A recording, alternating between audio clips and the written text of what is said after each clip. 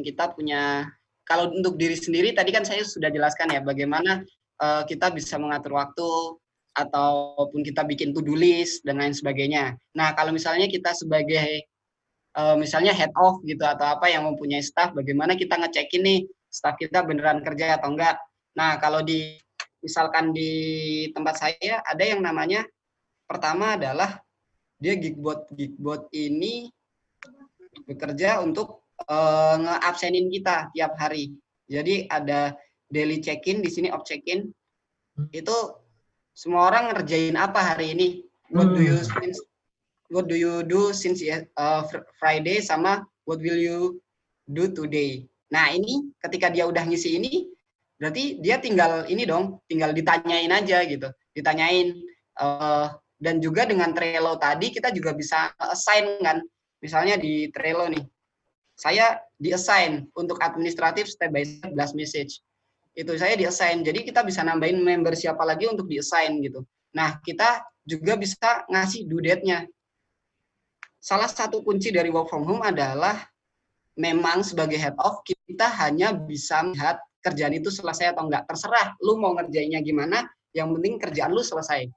Gitu. Nah, kalau tidak ya udah tinggal bikin penaltinya aja. Misalkan kalau nggak selesai di hari ini, apa yang terjadi? Kalau misalnya nggak ini, apa yang harus dilakukan? Seperti itu. Jadi ketika kita punya yang, misalnya biasanya milenial kedisiplinannya kurang misalkan. Ya kayak saya sendiri milenial ya.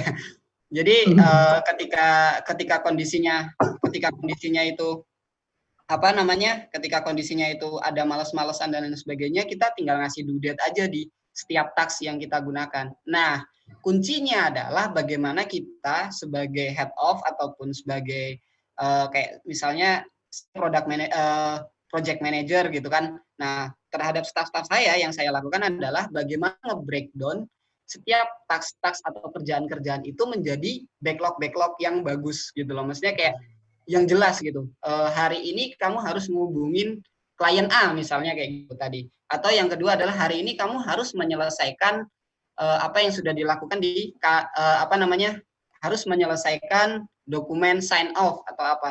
Jadi tinggal kita lihat gitu, sebagai head of-nya, sebagai manajernya kita tinggal lihat dia hari ini selesai atau enggak. Sama sih sebenarnya prosesnya seperti di kantor gitu kan. Kita nggak akan bisa kan juga mau ngeliatin staff kita bekerja semua atau enggak gitu.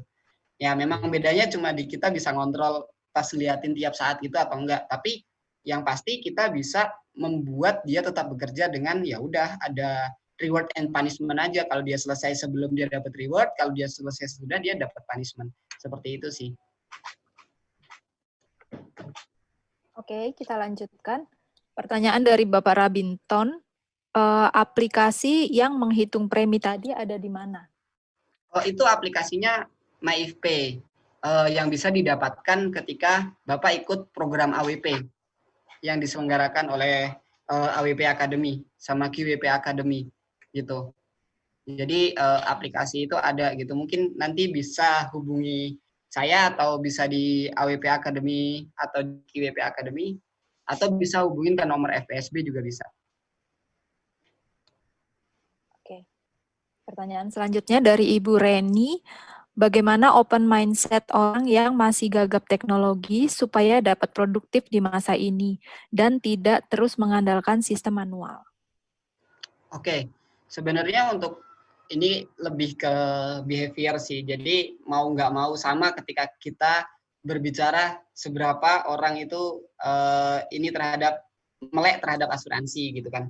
Teknologi juga begitu. Tapi ketika kita bisa nge-guide orang itu dengan mudah, maksudnya dengan enak, orang itu juga akan mempelajarinya dengan mudah. Misalkan ketika seperti Bapak saya kemarin minta, Lik, gimana sih caranya meeting online yang kayak waktu kayak kamu itu gitu kan. Pas saya liatin fotonya, Pak, ini saya lagi meeting online dan sebagainya.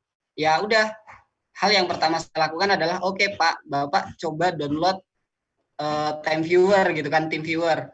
Nah, setelah download team viewer, coba fotokan team viewernya ke saya. Jadi saya yang ngoprekin atau nge-install di laptopnya Bapak gitu. Nah, nanti Bapak tinggal ini ya tetap harus dikasih step by step-nya dan benar-benar harus sabar, apalagi kita intinya satu sih, jangan pernah marah ataupun jangan merasa lelah ketika kita mengajari tentang teknologi. 2-3 kali pasti gagal gitu. Tapi selanjutnya pasti dia akan ya mau nggak mau gitu. Misalkan kayak sebenarnya kayak anak kecil tadinya nggak mau makan sambil duduk, kalau kita paksa terus untuk duduk dan sebagainya, ya akhirnya dia akan oke, kalau makan dia akan duduk, seperti itu sih. Jadi sebenarnya ini masalah behavior aja, tinggal dibiasakan dan sabar yang ngajarin. Itu sih. Jadi selebihnya ya tergantung, itu human behavior kan. Jadi ya bagaimana kita belajar dari ketika kita menerapkan ke diri kita sendiri supaya behaviornya bagus gitu. Itu sih sebenarnya nggak ada trik khusus sih kalau itu. Oke, lanjut ya.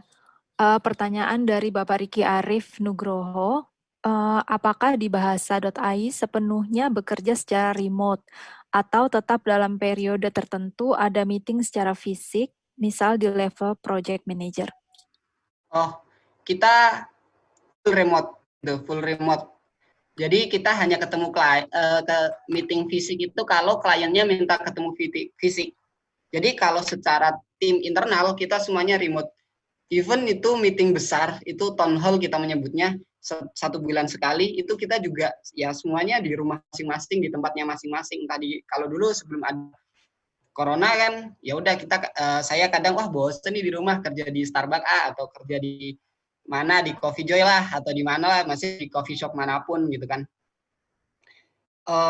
Untuk pekerjaan semuanya full remote, nggak pernah kita ketemu apa namanya secara, apalagi yang engineer ya. Saya sampai sekarang dengan tim saya yang jumlahnya sekitar 20-30, itu saya hanya bertemu tatap muka itu paling sama 5-6 orang yang saya bertemu gitu. Sampai sekarang saya ngobrolnya ya lewat Zoom, lewat ini gitu. Jadi benar-benar kita nggak pernah ketemu satu sama lain sebenarnya di tim internal kita gitu. Dan nggak pernah terus ngumpul bareng. Sempat sekali ngumpul bareng itu buat main badminton sih, yang Jakarta. Kalau yang di Aceh, apalagi yang di Aceh, di Makassar, ada yang di Solo, ada yang di Malang, ya udah kita hanya berkoordinasi semuanya lewat ini Slack, Zoom, Trello dan sebagainya itu sih. Dan memang timnya relatif muda sih. Saya berumur 28 tahun, itu paling tua di sini. Oke, bisa lanjut ya. Hmm. Pertanyaan di account atas nama Feby, buat agen asuransi bagaimana WFH ini bisa efektif dan efisien, terutama jika berhubungan dengan calon klien baru? Ya, approach dari klien baru itu ya kita ganti dengan ini sih, dengan ya tadi berhubungan melalui Zoom misalkan. Terus tadi seperti kita mau presentasikan, kalau Ibu juga udah punya AWP, bisa presentasikan ilustrasinya di situ. Ya sebenarnya hal yang dilakukan adalah cuma mengganti yang biasanya tatap muka menjadi tatap video gitu kan. Kita bisa melakukannya di situ, approach-nya dari situ gitu kan. Dengan ya Zoom kan misalnya yang sekarang ini kan kalau misalnya kita meeting yang free itu kan 40 menit, tapi kalau kita berhubungan cuma berdua kayak video callan berdua atau teleponan berdua itu unlimited. Jadi bisa ya udah bisa pertama atur jadwal pasti. Lalu supaya lebih profesional, bikin di Zoom-nya mau meeting jam berapa gitu kan, terus habis itu kirimkan ke email dia gitu. Jadi Zoom juga udah bikinin tuh emailnya, nanti di link ini ya jam segini, jam segini, jam segini gitu. Jadi approach-nya ya kita ganti. Nah, makanya dengan adanya pandemi corona sebenarnya salah satu hal yang menjadi ya apa ya, saya juga tidak mau ngomong benefit di sebuah musibah seperti ini, tapi hal yang jadi ini adalah orang-orang aware gitu bahwa bisa loh menyelesaikan segala hal itu tanpa tatap muka gitu loh. Menyelesaikan banyak hal, nggak segala hal. Banyak hal itu bisa loh dengan tidak tatap muka.